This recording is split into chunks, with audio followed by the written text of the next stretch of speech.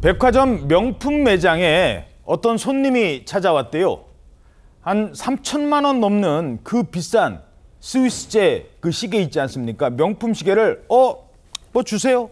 떡하니 사고 그 다음엔 옆에 매장으로 가더니 이번엔 500만 원짜리 프랑스제 명품 가방을 보여달라고 합니다. 이것도 사시게요? 그럼 당연히 사지. 보자마자 샀대요.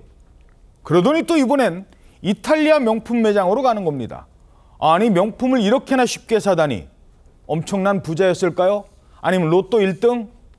아니었습니다.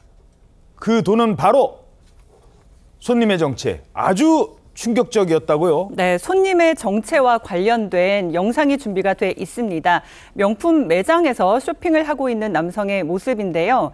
지금 이 명품 가방을 들고 나와서 지금 이 남성들에게 붙들리고 있는 모습입니다. 저 남성들은 누구예요? 네, 명품 쇼핑 실컷 했는데 바로 경찰들이었습니다.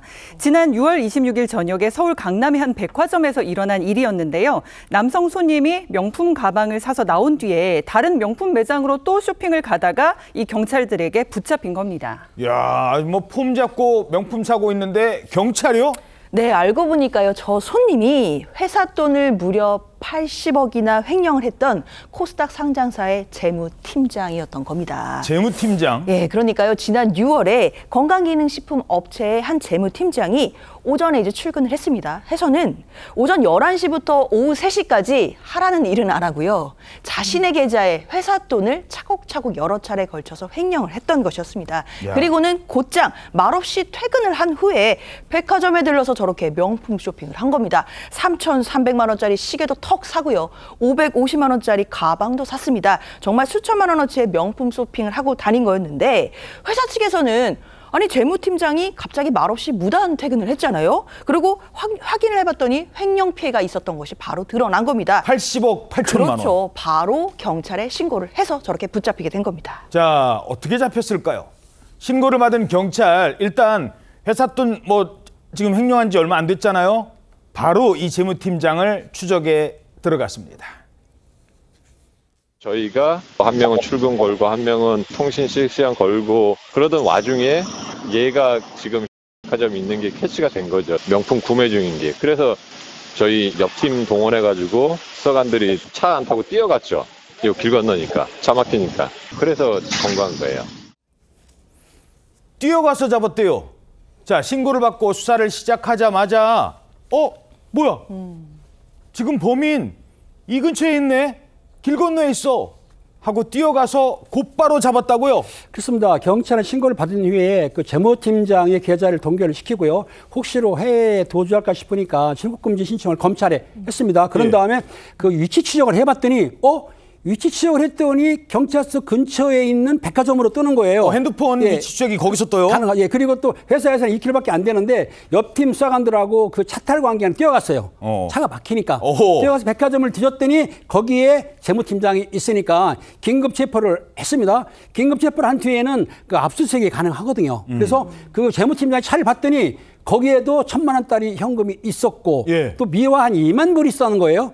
거기에 또 여권도 있었습니다. 여권이 있다는 얘기는 뭡니까? 여권 가지고 해외로 출국을 하려고 했던 가정할 수가 있지 않습니까? 바로 공항으로 갈 수도 있는 거죠. 예, 그렇죠. 그렇기 때문에 여권도 압수하고 미화라든지 현금을 압수를 해서 아마 체포를 했는데 저 당시에 경찰관들이 신속히 출동을 해가지고 건강한 것에 대해서 저는 좀 박수를 치고 싶습니다. 예, 멀리 가지도 못했던 겁니다.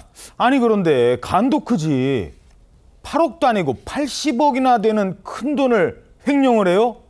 대체 왜 이런 일을 저지른 걸까요? 왜 그런 겁니까? 검거된 재무팀장 경찰에 돈이 탐이 나서 범행을 저질렀다고 진술했다고 합니다. 그런데 범행 직후에 신속하게 도주하지 않고 자신의 신원을 노출시켜가면서 쇼핑을 한다? 행적이 석연치는 않은데 이 부분은 추가로 밝혀내야 할 것 같습니다. 사건 파일 24 제작진이 취재해본 바에 따르면 이 재무팀장 왜 하필 80억 8천만 원을 횡령했는지 특별한 의미가 있는지 문의해봤지만 별다른 의미는 없다고 진술했다고 합니다.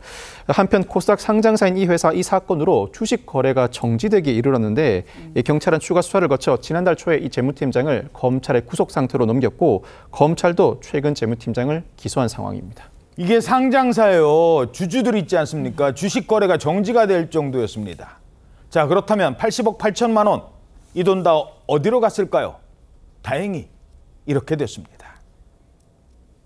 그때 당시에 이제 99% 정도 회수를 했고요. 나머지도 대부분 회수를 한 상태입니다. 관련해서 사직서 받았고요. 당연히 이제 집을 유지할 수가 없으니까 일단 사직 처리가 되어 있습니다. 빠르게 검거된 덕분에 피해 금액 대부분은 우리 주주들에게 피해가지 않을 만큼 회사로 반환이 될 수 있었다고 합니다.